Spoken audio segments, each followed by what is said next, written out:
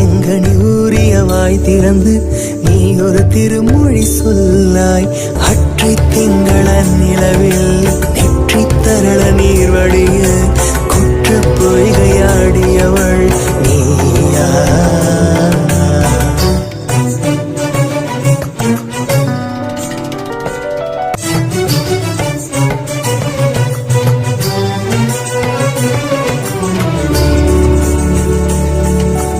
மங்கை மான்விழி அம்புகள் என் மாத்துளைத்ததென்ன?